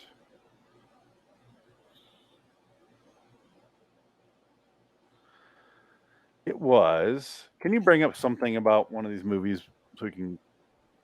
Well, Honeymoon Vegas essentially ends with Elizabeth Shue screwing Nicolas Cage to death because he's about ready to go, and there's that one scene though when he's trying to throw up and he can't because there's nothing in the system. So he mixes the vodka with milk. He drinks it. Oh, it's so gross. Above Suspicion. Above Suspicion. It's right after Village of the Damned. Oh my god. But here's this movie. And here's where I bring up irony. And part of it is I don't like Christopher Reeve as a person, even though apparently I'm wrong. Christopher Reeve? This is how I felt at the time. Oh. I thought he looked like a snarky fucking asshole his entire career. He does this movie with Joe Montana, which is like a TV movie, but it went to theaters. But a paralyzed cop takes advantage of the sympathy he attracts in order to get rid of his cheating wife and her lover. Hey, all right. In the movie, he kills his wife. He's not really paralyzed. Pretends to be paralyzed. Joe Montana is looking at photographs, and he's like, "That wasn't there in the previous photo." I remember the scene vividly. That wasn't there in the photo that was there that we took. So he must have gotten up and moved it. It was way too high for him to reach. And he getting suspicious of him. And then in the trial, he gets not guilty. And Joe Montana walks up with a fucking pen, and he goes, "Ha!" right into his thigh. Right, yeah. And Christopher Reeve just stares at him. And he's feeling that in real life, like in the movie, because he's not really paralyzed. But well, sure, yeah. He stares at him, and then Joe Montana realizes, "Holy shit! I just gambled and lost horribly." Because I lost $65,000. Now I got to give up my terrible wife of Sarah Jessica Parker for the weekend. Oh, that's the other movie. I get it. Oh, I'm tying it together. Isn't that weird? It happens. It's like that Stephen Wright joke. When he goes into this video. I put spot remover on my dog. Now he's gone. I walked in. I'll Shaq. I'll do the Stephen Wright impersonation. All right, sorry, go. No, Steve Wright goes. He goes to a video store. He goes, "You ever go to a video store and you ask him about a certain movie?" And for me, it was I'm looking for this movie. It stars Nicolas Cage. He's in a submarine, and Meryl Streep's the president. What's the name of that movie? And the video clerk says, you dreamt that. He goes, and I go, "How do you know?" Because you came in last week asking for the same movie. Oh, that's right. It was a dream I had. And you said it was a dream you had. Oh, yeah, there you go. You got to say a little more. Yeah, I can't remember the subtext. It's late. I'm tired. Yeah. I gotta go drink myself to death. I love Stephen Wright. Yeah, he's one of the best. He's up there. He's top 5 for me, I would say. Yeah, but if I saw him, I'd be like, no. No, he's got good memes though. He's got a Facebook group called Stephen Wright fan page or whatever, and they always post funny shit on there. Who's that actor that looks just like him? Only like a emaciated version. He's in a Last Action Hero. Oh, that guy. Yeah, Noon. And Tommy Noon? Thomas Noon? Tommy Noon? Thomas Noonan. Tom Noonan, yeah. Okay, we got it. Tom Noonan. He's in RoboCop 2, yeah. We really Frankenstein that together. We got him, though. Yeah, that's him. And he was Frankenstein in Monster Man, in the Monster Squad, yeah. He looks a lot like Stephen Wright, only, Stephen Wright, for millennials, he's in, you best know him from Reservoir Dogs. He plays the radio DJ. If you've seen, because even millennials, I think, are a little late to the party on Reservoir Dogs. I think millennials know Reservoir Dogs. I don't know. Only because it's on AMC all the fucking time, or shows like channels like that. Reservoir Dogs is on a lot. So, no, it's on a lot. Yeah, so they have no excuse for not seeing that. Stephen Wright was the first version of Mitch Hedberg.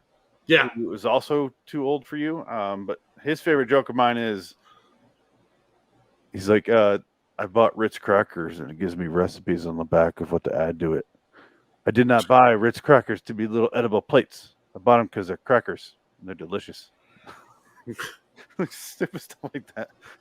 Was that Hedberg or was that Hedberg? That sounds like Hedberg to me. Yeah. I used to do drugs and I still do. Oh, he goes, I used to do drugs. I still do. I just used to do them as well. I still do. Yeah.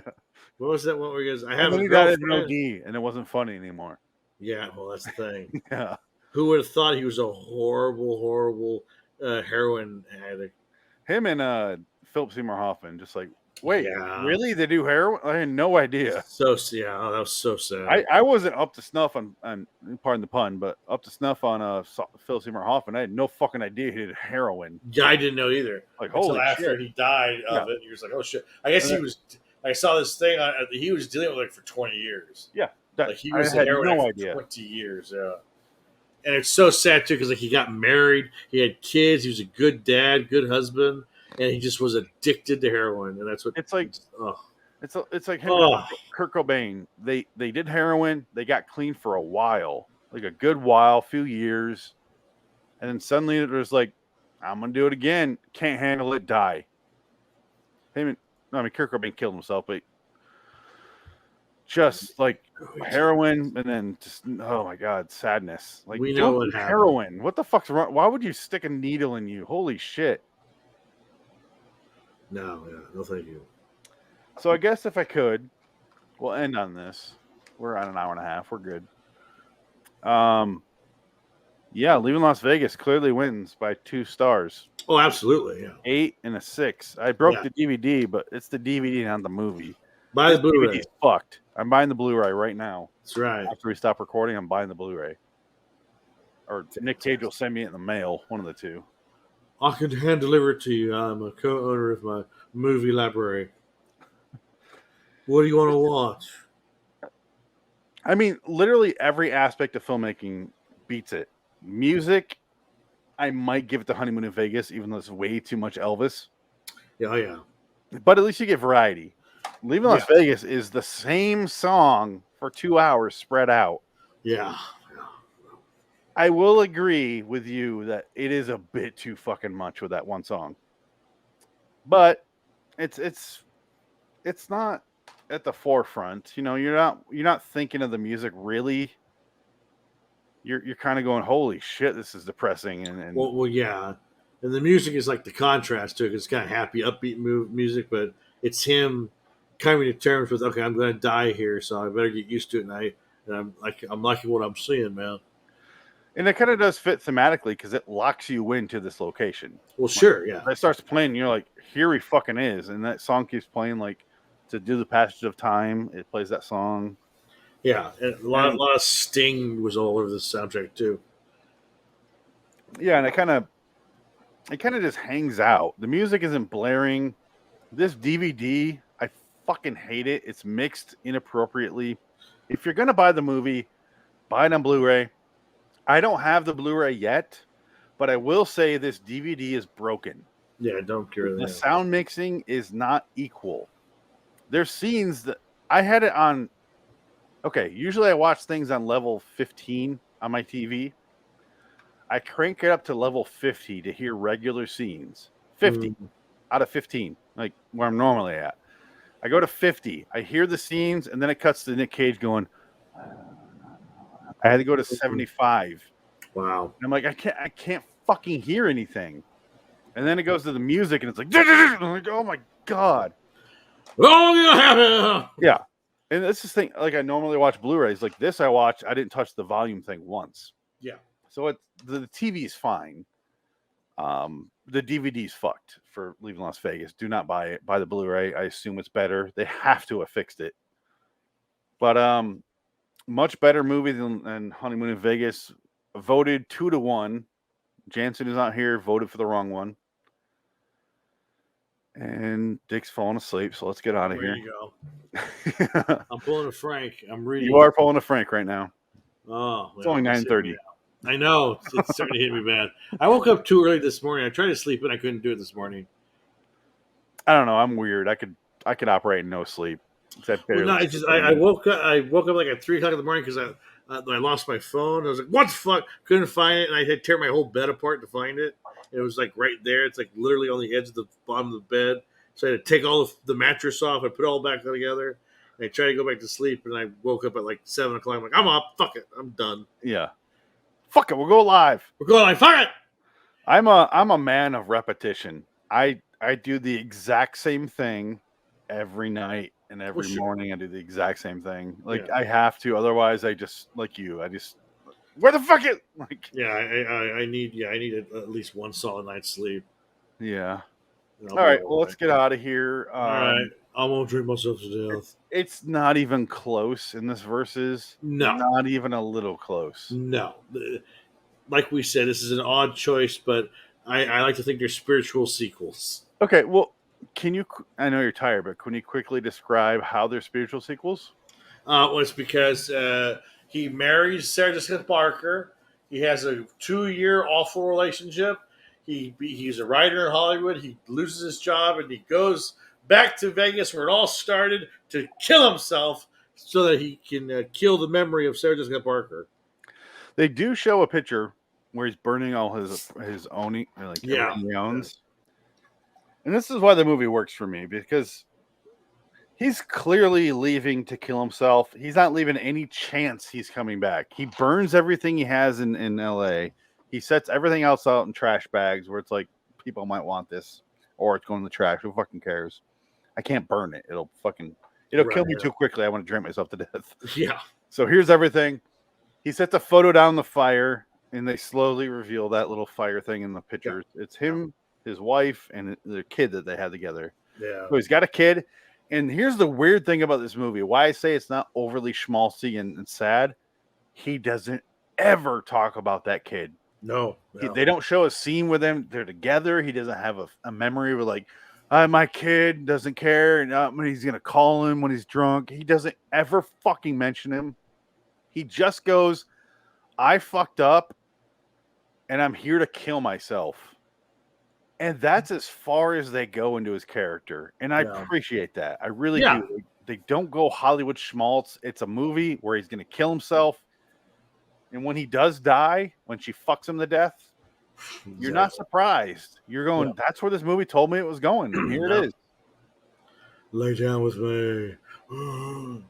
And it's a movie that if they did nowadays would be like, it would have all those things I mentioned and just be like, oh, fucking end. Right. But 95, perfect era, perfect movie. 95 is my favorite year for movies, and this is just another collection of that to that reason. Yeah. Seven, Clueless, all these movies. Yeah. Usual stuff. Batman Forever. Come on. Edward E. Nygma. Come on. Enigma. Come on, guys. All right, let's get out of here. All right. LAWstudios.com for me. You can check out Dick's books on Amazon. You could. He just recently bought back one of his books on in a thrift store. Thrift store is amazing. And I wrote something really awful in it. So I felt like, oh my God, if someone takes this out of context, I don't think they're going to think highly of me. Was it pro Hitler? No, it was just, I think it was a joke. It was a joke about something because it says no gays here. And I was like, that. Okay. I think I know who I wrote that to. And I think I know what it was about. It was like a joke. Let me share this before we go. Oh, yes. So wow. On the left, quality of movie, I have Leaving Las Vegas. Yeah. Number 7. I do enjoy Crude's A New Age more than this. I honestly did. Wow. No, watch the Crude's New Age. Cruise, yeah. Honeymoon in Vegas is below Weatherman. I think Crude's is below Weatherman on quality of Cage. Quality of Cage, Leaving Las Vegas, number 2. I think that's fair. Wow. He's better in this than Pig. He is as good as he is in Pig. Sure, I think he's better in this. No, absolutely, yeah. And let me say, I know you want to go, but he is such a good version of an alcoholic in this. I watch him and I go, it's bad when I'm in an Irish family and I'm sitting here going, oh, he reminds me so much. Right, yeah. Of these members of my family who are dead now because they drank my mom's sister literally drank herself to death where the thing with alcoholics, they stop eating. They do not eat because they can't. Yeah. There's a phase of alcoholism where you go from like functioning to I need alcohol to live, therefore food is getting in my way. Yeah. I stop eating, I can't stomach the food. And that's such a specific thing. And if you don't know it, if you never lived through it, you have no idea. And luckily, you're lucky if you do. But I watch him, I'm like, oh my, I've seen this before a dozen times, like in my family. And and he fucking knocks it out of the park. I really think he deserves an Oscar, and You got it. it's weird considering his choices after this, but he deserved it here and got it, and God save the cage. But Speaking of Sean Penn again, Sean Penn immediately said that like Nick Cage, after he won the Oscar, he's like, oh, he sold out. He did all these action movies. And I'm just like, I think he sold out before with all the romantic comedies he was doing, and then he got into action movies after the Oscar because I think he could, and it wasn't for the money. I think it was just more or less for like, oh, we'll do action movies because that sounds like fun. I have zero problems if you want to sell out for money. Oh yeah, absolutely. I also acknowledge This show brought to you by Tampons. Great for your girlfriend. Great for you. Great for cunts. But I also appreciate if you don't sell out, like way Right. more. But like I Yeah. get why. If like we talked about Ryan Phillippe, I'm like he purposely Right, yeah. said, "I'm an actor. I don't want to be an action star. I want to Yeah. be an actor. I'm not a pretty guy. I want to be an actor." And I Yeah. love him for that, and I will always cherish him for doing that. Yeah, But if he did some movies for money, I'd be like, good good for you. like make your fucking living. Like Well, sure, yeah. you got family and you got kids. I Well, I get it. think in his divorce with Reese Witherspoon, he got quite a lot of money on that. So I think he's able to be like, I can do whatever I want. I don't have to do shit. It is interesting that he got more money out of that deal than she did, probably. Well, absolutely, yeah. but also, I love him as an actor, and I will always same as James Caan from this That's, movie. that's because the judge Way of was the a Gun. Way of the Gun is in my top 10 movies. It the really judge. is. The judge is a big MacGruber fan. He's like, I love what Ryan Phillippe did in that movie. So Even though granted, it's all way the after money. this divorce, but yeah, it's a Honeymoon in Vegas on the quality of Cage does go a little higher because he's good in The Rock, but I think he's better in Honeymoon in Vegas. Just he has The Rock, he's a little stiff, and he's less action hero-y in this, and I give him the credit for that. He is good in Honeymoon in Vegas. I don't want to say he's not. He is. He's number 11 there. Right. But Leaving Las Vegas, I really struggle between this and Pig for Leaving Las Vegas. But I really do think he's better in this than Pig. Yeah. Pig is more sedate, quiet Cage. This is the quirky Cage with the serious Cage and a quiet Cage, all in one movie. I honestly would say this is a separate category and say it's Oscar Cage. Oscar Cage. Because look, it's adaptation and then this. Well, yeah. Anytime he's nominated for Best Actor, I would give Cage the Oscar for adaptation. Sure, yeah. I'm also this year for Pig. I would. Yeah. Who the fuck's going to beat him this year? He's so fucking good in Pig. Some black guy is going to win because those top 3 movies I would give him an Oscar for. And they got to give the Best Actor to a Mexican this year or something. But I do think he's better in adaptation than this. It does to me. You want to tie this together with these two movies? I want to tie Leaving Las Vegas together with adaptation. Adaptation. After he writes the Blood Orchid, he goes and kills himself. Yeah, it really does feel like a follow through to that, right? Yeah, a little bit. He writes, he quits, he gets fired, and he goes to Vegas and kills himself. He's a writer already. Yeah, you could argue that. And you fucking drug addict. But let's get out of here. I know you're fatty. tired. Until next time, in the meantime, I'm Phoenix West. Dick it. Here's our government-mandated outro. Okay. Jansen is not here, even though he's in the outro. I want to make that very clear. He voted the wrong way. And he's willing to die on this hill. He is going to the zombie meat pie game. Creep Show. In Creep Show. On the other show. Okay, next week on this show, we are doing Valley Girl 83 versus 2020. It's going to be an awful week next time. I don't know if I can do that. You'll have to be here. Is it on Amazon, Valley Girl 2020? Or is they're on the fucking... They're on the thing. It's on the thing. It's on the thing. Yes. Bye. Bye. Fuck.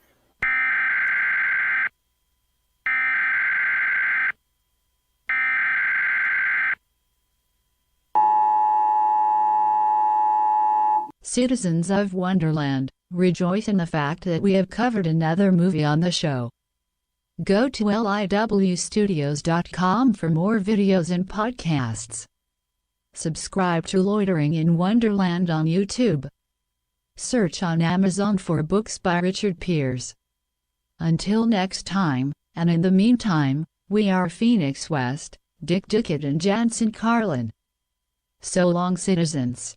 All hail our glorious leader.